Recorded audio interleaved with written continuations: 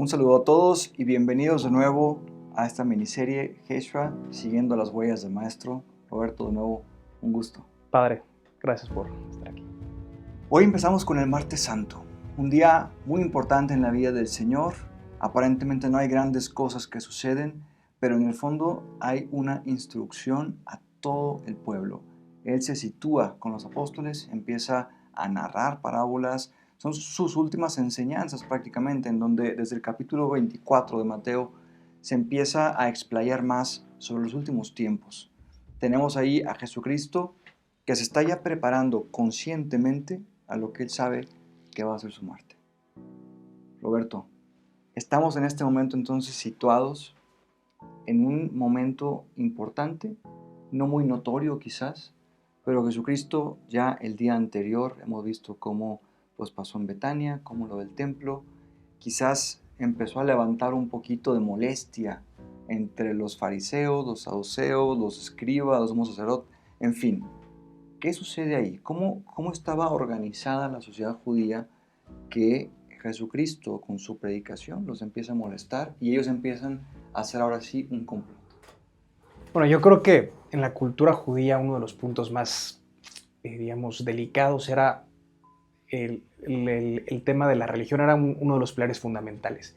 Y cuando Jesús dice que pueden destruir este templo y yo en 3 días lo levantaré, para ellos el templo era el símbolo de la presencia de Dios, de la Tejiná, que es la presencia de Dios en medio del hombre, ¿no? Y en el Sancta Sanctorum era el momento en el cual el sumo sacerdote se encontraba cara a cara. Claro, que eso fue un día antes, el lunes. Eso lo dice el lunes, Jesús. Exacto, y ahora Jesucristo, que incluso en otra parte del Evangelio dice, adorarán en espíritu y en verdad, ¿Sí? ¿no? O sea, ya no nada más en el templo, trae otra visión totalmente diferente. Eso contrasta con los judíos. Totalmente, y piensa que el domingo entra y todo el pueblo le está diciendo, sana al hijo de David, o sea, libéranos, sálvanos. Entonces lo ven como alguien que está ganando popularidad y que les puede a ellos restar autoridad, porque, digamos, la casta sacerdotal, los levitas que venían de la tribu de Leví eran, digamos, los kohen, que es la palabra hebrea que significa sacerdote. Okay. Entonces solamente los de esa tribu podrían hacer los sacrificios en el templo, eran los elegidos. Okay. Entonces, de hecho, por ejemplo, los judíos que hoy se apellidan Cohen son los descendientes y los que, digamos, si hoy hubiera un templo, un cuarto templo de Jerusalén, serían los que podrían, por decirlo así, entrar a hacer los sacrificios, serían los designados porque por su origen bíblico son los descendientes de Aarón, que son los que pueden hacer ese tipo de sacrificios. Entonces, obviamente, el que ellos pierdan la batuta del gobierno, de su autoridad moral ante el pueblo, y porque están viendo a un nuevo rabí, a un nuevo maestro que está ganando popularidad, les da miedo, porque dicen, ¿qué les va a enseñar? Piensa que también en esa época había unas corrientes de pensamiento, como eran los fariseos y los saduceos. De hecho, más o menos estaban congregados, digamos, la cabeza de la rama sacerdotal era el sumo sacerdote que era elegido por varios. Y en ese momento, en tiempos de Jesús, era Caifás, que era saduceo. Okay. Entonces, había disputas, obviamente, es como los partidos políticos, ¿no? Los que creen de un lado, de la derecha, de izquierda, si tienen a lo mejor... Que si resucitan, que si no resucitan. Más que nada, problemas religiosos, ¿no? Cómo interpretaban la escritura. Okay. Entonces, obviamente todo esto, y el colegio, el Sanedrín, era como, digamos, el conjunto de los sacerdotes que tenían cierta influencia sobre cómo celebrar el orden, quién entraba al sacrificio, si en el calendario hoy le toca entrar al sacrificio matutino al sacerdote tal, de la casta de tal familia, eran los encargados de hacer todo, digamos, el rol de lo que sucedía en el templo de Jerusalén. Entonces, obviamente, pues ven que Jesús va ganando popularidad y dicen, oiga, cuidado, tenemos que hacer algo con este cuate, con esta persona, porque está haciendo milagros, acaba de curar también al leproso, al paralítico que estaba en la piscina. Alrededor, en todo el templo de Jerusalén, había muchas piscinas de purificación, porque tenías que bañarte en los mikvés o mikvaots, que eran las piscinas que hoy en la actualidad siguen siendo parte del ritual de una purificación. Por ejemplo, cuando una mujer tiene un hijo, tiene que pasar un tiempo, digamos, está impura, y tiene que pasar un tiempo para según la ley judía. Sí. Y los que son religiosos y observan, tiene que irse a purificar después de tener un hijo porque ha tenido un fluido de sangre, que para ellos la sangre marca también una cierta impureza. De hecho, hoy en día en el judaísmo, a mí me tocó conocer cerca de digamos, de la ciudad vieja de Jerusalén hay un barrio ultraortodoxo judío que se llama Mea Sharim, donde viven la gente más, digamos, fanática, conservadora. Okay. Yo les diría fanáticos de la religión. O sea, de hecho, dentro del judaísmo es un extremo, digamos, de ultraderechas, súper conservador. Y me tocó conversar con un judío que dejó esa vida y se regresó, digamos, a una vida laica, más normal, okay, más ecuánime. Y él me decía la cantidad de reglas que tenía que seguir hoy en día. Estoy hablando del 2021. Sí. O sea, él cuando se levantaba tenía una vasija de agua debajo, un cántaro con agua, un recipiente con agua, y se tenía que purificar. Porque cuando ellos duermen es como una mini muerte. Okay. Entonces, cuando te levantas te tienes que purificar 3 veces. El sueño hermano de la muerte, sí, dice por el sí. himno. Sí. Entonces se tenía que purificar las manos. Recién se levantaba, lo primero que hacía, hacer sus oraciones matutinas. Se tenía que poner el talit, que era como una especie como de chaleco que se ponen los judíos, donde invocan la presencia de Dios en ciertos momentos, sobre todo en el Shabbat. O sea, y por ejemplo, cuando su mujer tenía su periodo, estaba impura y no podían compartir inclusive la misma cama, tenían que separarla, siendo pareja. Ahora, todo esto realmente viene desde Levítico, ¿no? En donde están todas las normas pues, propias que se escribieron en aquella época y que debían de seguirlas para, a fin de cuentas, agradar a Yahvé. Sí. Sí, sí, sí. Y hoy en día las interpretaciones, porque obviamente está la Torá y están las interpretaciones de los rabís a lo largo de la historia, que son lo que muchos judíos estudian en las yeshivas, las distintas escuelas rabínicas, y cada uno le va dando una interpretación. Y, por ejemplo, la vestimenta que utilizan hoy en día, pues es una vestimenta que tú los ves y te llaman la atención, porque van todos de negro a 40 grados y se ponen unos sombreros, por ejemplo, los judíos hasídicos, largos como, sí, como piel de hurón, que son de una parte, sí, de Europa, y se van identificando entre ellos. Y saben, tú eres de esta corriente, tú eres de esta otra rama, okay, por cómo se visten y cómo se manifiestan y cómo van cumpliendo distintas tradiciones dependiendo esas escuelas rabínicas. Claro, entonces Jesucristo que llega a quitarnos ese yugo, a quitarnos ese fardo, ¿verdad? Ese peso de la ley, y nos habla muchísimo del Espíritu. Mateo 11:29, de hecho, dice: síganme a mí, que soy manso y humilde de corazón, y mi yugo es suave, ¿no? Y mi carga es ligera. Quizás para aligerar la carga también de todas esas personas de buena voluntad que, queriendo agradar a Dios, se sentían oprimidas por la cantidad de reglas, por la cantidad de leyes, y ahí es cuando entra muy fuerte el discurso de nuestro Señor. Ahora que estamos en Martes Santo, esto es, en sus últimos discursos, en donde ya habla también de una escatología, de lo que viene después, y que está preparando a las personas, es evidente que molesta a Caifás, el sumo sacerdote, que ya llevaba también un tiempo. Creo que Caifás fue retirado hacia el año 35, 36. Lleva casi 20 años, porque fue elegido más o menos en el 17, 18. Exacto. Ya, o sea, era una persona que ya tenía una influencia en la sociedad, o sea, judía. Ya se había formado. Y tenía su gremio, digamos, claro, de que... Entonces los manda a llamar a Sanedrín y dice: ¿qué vamos a hacer con este nuevo profeta? Porque está haciendo milagros, está diciendo que es el Mesías, y la gente está confundida.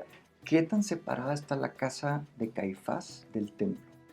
Muy cerca, porque digamos que está el templo de Jerusalén, ahora lo vamos a ver en imágenes más claro para que puedan más o menos ver, y la distancia es muy cerca, digamos, está en lo que es el Monte Sión, en la ladera del Monte Sión, ya llegando hacia el Valle del Cedrón, que sí, es el que vamos a ver el día jueves, como Jesús, donde tiene la cena con sus discípulos, claro, en el cenáculo, estaba muy cerquita, porque toda esa parte era el barrio sacerdotal. De hecho, ellos tenían una entrada especial Jerusalén, al templo, okay, al gran templo de Jerusalén, tenía una entrada especial porque era como en la entrada de los sacerdotes, como eran los predilectos por ser de la tribu de Aarón, okay, entonces ellos eran los que podían entrar y tenían una entrada especial, y cuando les tocaban hacer los sacrificios matutinos tenían sus roles, y pues todo el tiempo cuando eran fiestas pues estaban sacrificando animales, y aquello era lo que se dice las hecatombes, ¿no? Eran sacrificios, sí, multitudinarios y eran nubes y nubes y nubes, ¿no? Claro, entonces una predicación de Jesús en el templo era fácilmente después descubierta o escuchada incluso por el sumo sacerdote, porque estaba muy cerca.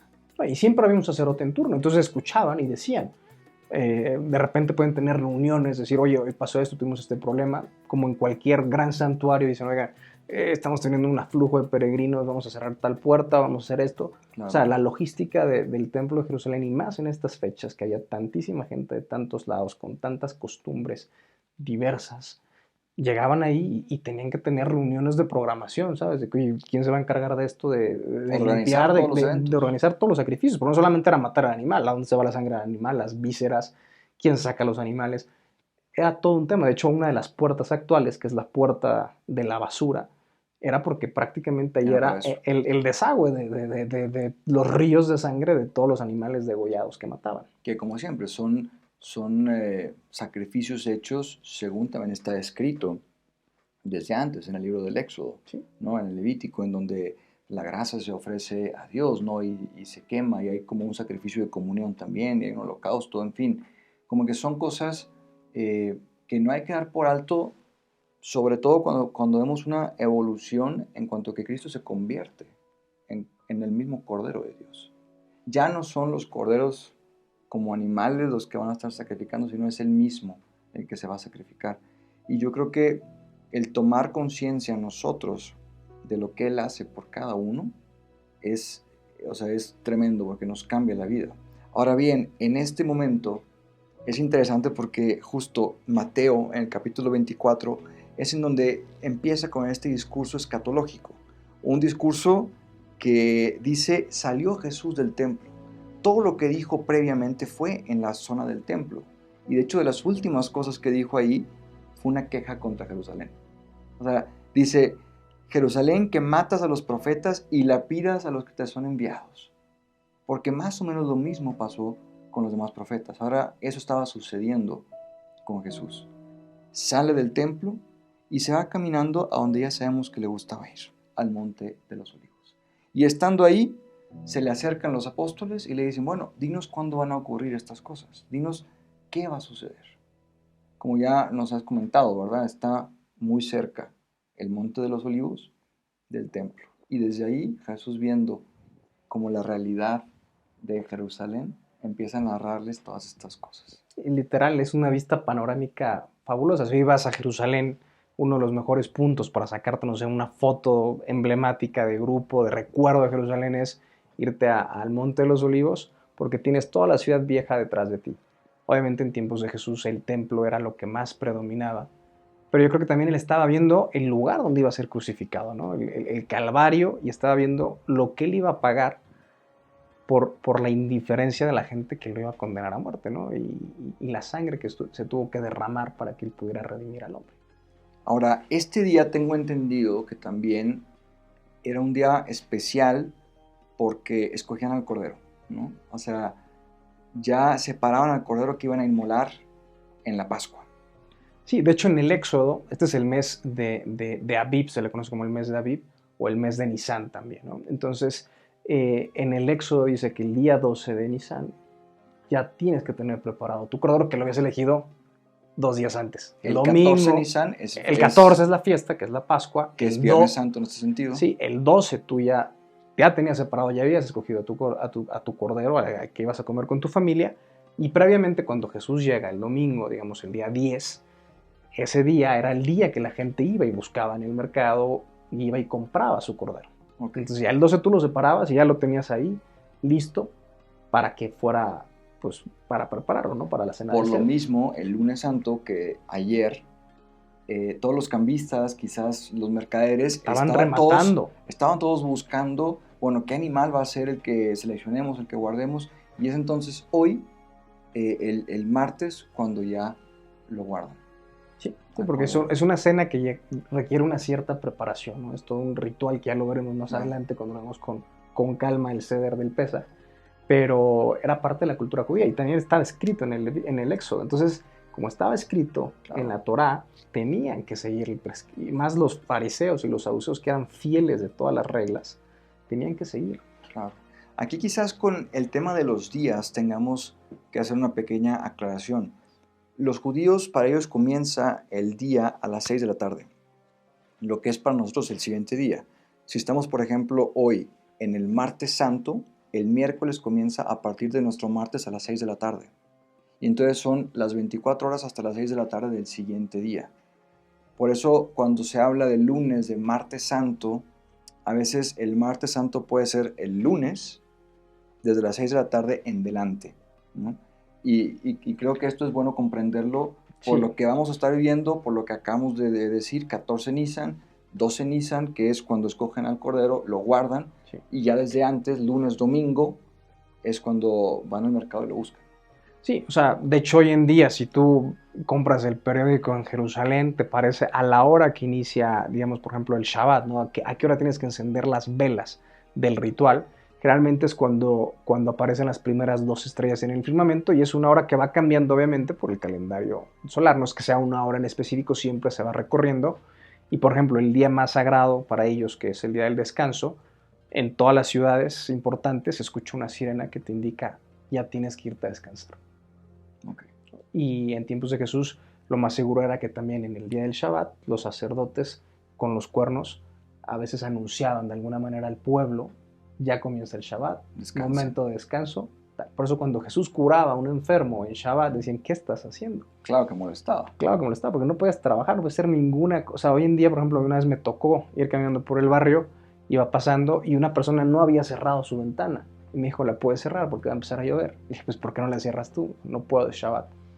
Los elevadores, por ejemplo, hoy en día, que es un trabajo, hay en los hoteles y en ciertos edificios departamentales existen los elevadores de Shabbat. Entonces, el elevador, si son 15 pisos, se va parando automáticamente en cada piso. Si tú te metes en el 1 y vas al 13, te tienes que esperar 13 paradas porque tú no puedes accionar un botón, porque eso ya implica un trabajo. Y el sábado se hizo para descansar, ¿no? Según el relato del Génesis. Pero hoy en día todavía los más fieles y los más, inclusive por ejemplo el café, vas a un hotel y el desayuno de Shabbat, pues es el café recalentado que le pusieron el jueves porque Claro. encendieron el botón un día antes, o sea, a partir de antes de que comenzara, lo encendieron porque no pueden hacer ningún tipo de trabajo. Y o sea, es muy interesante que Jesucristo entre en problemas con los judíos por lo mismo. En más de una ocasión, él dice, ¿qué pasa si se les cae, por ejemplo, su burro, ¿verdad? A un barranco en el día de sábado? ¿Lo van a recoger o no lo van a recoger? Dice, si ustedes lo harían, ¿por qué el Hijo del Hombre, o sea, se refiere a él mismo, no puede salvar, no puede ayudar a alguien que hace años está necesitado? Sufriendo, sí. ¿No? O sea, no es el hombre quien vive para el sábado, sino el sábado quien está al servicio del hombre. Y esta liberación tan fuerte de la ley que hace Jesucristo no es nada más para romperla, sino para llevarla a plenitud, considerando la dignidad de la persona humana. La dignidad que tiene el valor de su sangre. Cuando Jesucristo muere en la cruz, y quizás en esto profundizaremos el viernes, en todos los elementos que rodean a este gran misterio, lo hace sabiendo que a nuestra humanidad le ha dado el valor de su misma sangre. Y eso creo que es algo a contemplar y a considerar también en esta Semana Santa. Ahora bien, la liturgia del día de hoy, bueno, tiene en el Evangelio, está el Evangelio de San Juan, capítulo 13, en donde ya después del lavatorio de los pies les está anunciando un poquito lo que va a venir, que es paralelo, se podría decir en ese sentido, al discurso escatológico de Mateo 24 en delante. Pero también la liturgia de hoy tiene el Salmo 70, en donde es una urgente petición de auxilio divino frente a los enemigos. ¿Qué sentía Jesucristo en ese momento? Cuando él al predicar estas cosas, que son ciertas, que son cosas que suceden, porque es el Hijo de Dios a quien le ha sido revelado todo del Padre. Y entonces él empieza a sentir más bien hostilidad por parte de las autoridades, como ya vimos, de Caifás y compañía. Y este salmo lo que dice es, Dios mío, ven a librarme. Señor, date prisa en socorrerme. Los salmos muchas veces expresan sentimientos muy profundos del corazón. Más adelante también, cuando él dice, Dios mío, ¿por qué me has abandonado? Aunque son palabras que él mismo dijo en la cruz, está también rememorando, está acordándose de un salmo que repite las mismas palabras. El Viernes Santo profundizaremos también en ese detalle. Este salmo, el Salmo 70, continúa diciendo, sean avergonzados y confundidos los que buscan mi alma. Retrocedan y queden abochornados los que quieren mi mal. Den media vuelta avergonzados los que vociferan, vaya, vaya. En fin, creo que la misma liturgia nos ayuda a profundizar en los sentimientos que Jesucristo tuvo este día en confronto con todas las personas que le querían hacer mal, a pesar de que él estaba buscando en última instancia la salvación, la redención de cada una de ellas. Bueno, yo creo que también un punto importante de cómo Jesús rompe estos paradigmas, ¿no? Del proselitismo religioso que había, de seguir todas las normas unas por unas, y cuando rompe eso es como abrir los ojos a muchos de que estamos simplemente viviendo como robots, por decirlo así, en cumplir ciertas reglas. Entonces ya caes en un proceso automático donde ya no tiene, o sea, es cumplir por cumplir, pero no cumplir por amor, o sea, que es la ley que él trae, ¿no? El nuevo mensaje. Amar hasta el extremo. Sí, entonces, y él cómo lo demuestra, y cómo lo vamos a ver ya el Viernes Santo, al momento de él como cordero, que también es un simbolismo del cordero pascual que muere, porque el cordero cuando lo matan es un animal que no hace ningún estruendo, como por ejemplo si matas un cochino, el cochino o el cerdo hace un ruido tremendo porque saben que lo van a matar. En cambio el cordero, como dice la profecía de Isaías, como cordero iba en silencio al matadero, ¿no? Porque es un animal pacífico, tranquilo, y es también pues símbolo, ¿no? de Cristo, inclusive en el arte cristiano pictórico. De hecho, en el cenáculo, ya lo veremos en algunas imágenes mañana, el día jueves, cómo estaba el cordero. De los únicos restos que quedan en la iglesia es un cordero, porque los musulmanes destruyeron cualquier tipo de efigie humana, de rostro humano, porque es impuro, no es sagrado para su cultura, y entonces simplemente dejaron ese cordero, que para nosotros los cristianos, como para el judaísmo, tiene un simbolismo muy importante. Sí, es ahora que comentabas del siervo, de hecho es la primera lectura también del día de hoy, Isaías 49. Ya hemos visto que el domingo fue el tercer canto del siervo, ayer fue el primero, hoy es el segundo. Y dice así: escúchenme islas, pongan atención pueblos lejanos. Cuando se refiere a islas, realmente aquí en la escritura, antes se consideraba que el firmamento, se podría decir, estaba entre dos islas, ¿no? Y eran como las dos islas los límites del orbe, los límites del mundo. Cuando dice escúchenme islas, se refiere escúchenme el mundo entero. Y luego por eso dice pongan atención pueblos lejanos. Incluso aquellos pueblos que parece que no reciben la palabra, la van a recibir en Jesucristo. Y es escuchen el mundo entero islas. El Señor me llamó desde el seno materno, desde las entrañas de mi madre, pronunció mi nombre. Claro, aquí está Isaías hablando como parte de él, pero también es esta profecía en donde le dice, tú eres mi siervo Israel en quien me glorío.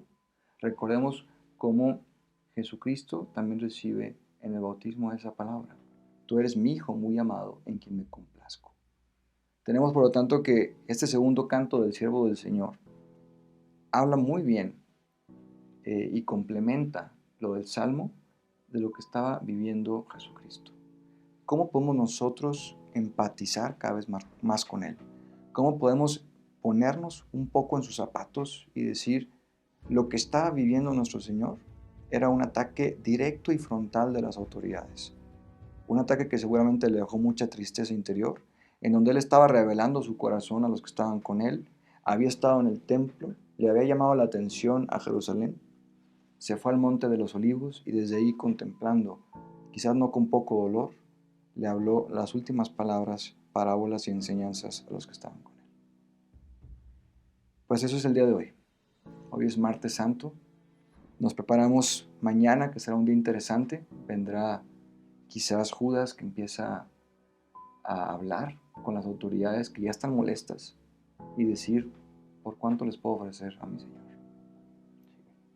Sí, es un día que digamos, como el testamento que deja Jesús, sus últimas parábolas, sus últimas enseñanzas, como que Él ya sabe lo que va a venir, y la gente también ya está pensando en la fiesta, ya estás pensando en los preparativos, mañana toca esto, tenemos que ir a comprar las últimas cosas para preparar bien la cena, tenerlo todo listo, y yo creo que también para nosotros nos puede servir, ¿no? Prepararnos para los días más importantes de nuestra fe, este Tríodo Santo que está por venir, por acercarse, y intentar comprender y vivir de mejor manera más cerca a ese Jesús también humano que también sentía la angustia, la nostalgia de que eran sus últimos momentos en esta tierra.